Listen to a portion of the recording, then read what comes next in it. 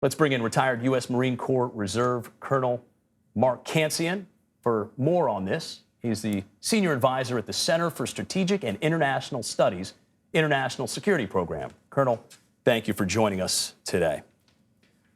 Colonel, thanks for having me on the show. Russia is claiming victory in the besieged city of Mariupol. Is that the reality on the ground? And for people who don't know why Mariupol is so significantly or strategically significant, I should say, explain why it is to both the Ukrainians as well as the Russians. Sure.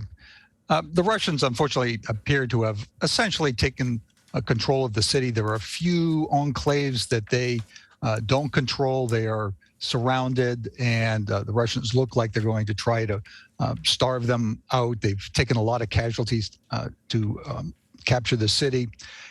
The Mariupol is significant for a couple of reasons. First, it's a large seaport. It was about 430,000 population before the war began. It was Ukraine's largest seaport in the east. For the Russians, it completes this land bridge that they've been building between Crimea, which they took over in 2014, and their conquests in the Donbass in the east.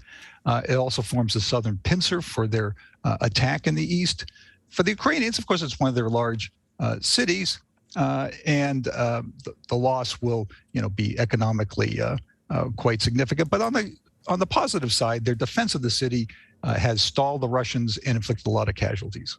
He certainly has. Vladimir Putin also has ordered his military to set up a blockade outside of Mariupol's steel plant, or a specific steel plant there, where Ukrainian fighters and civilians have taken refuge. So does Ukraine have the military might to withstand this sort of move?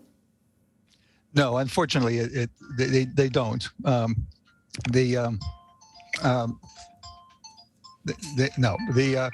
The city is completely surrounded, and the Russians don't have any, the Ukrainians don't have any ability to get in there.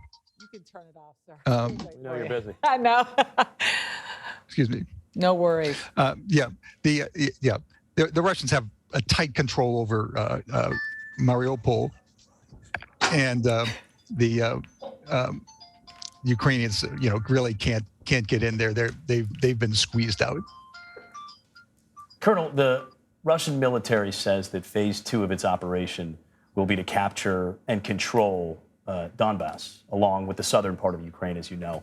So if Russia does claim control of that region, and as well as southern Ukraine, will they have full control of the Black Sea, which I imagine is very strategic? And what type of implications might that have on a global scale?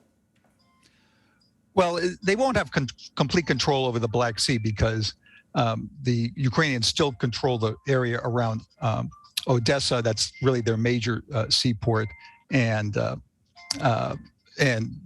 Russians have tried to move in that direction, but have been unable to do that. But it does mean that the Russians will be controlling the seacoast between area east of or west of Crimea, all the way up to the Donbass. Clear that this invasion has to do with land and power. Colonel Cancian, thank you for joining us today. You can now answer your telephone if somebody really wants to get in touch with you. Thank you so much.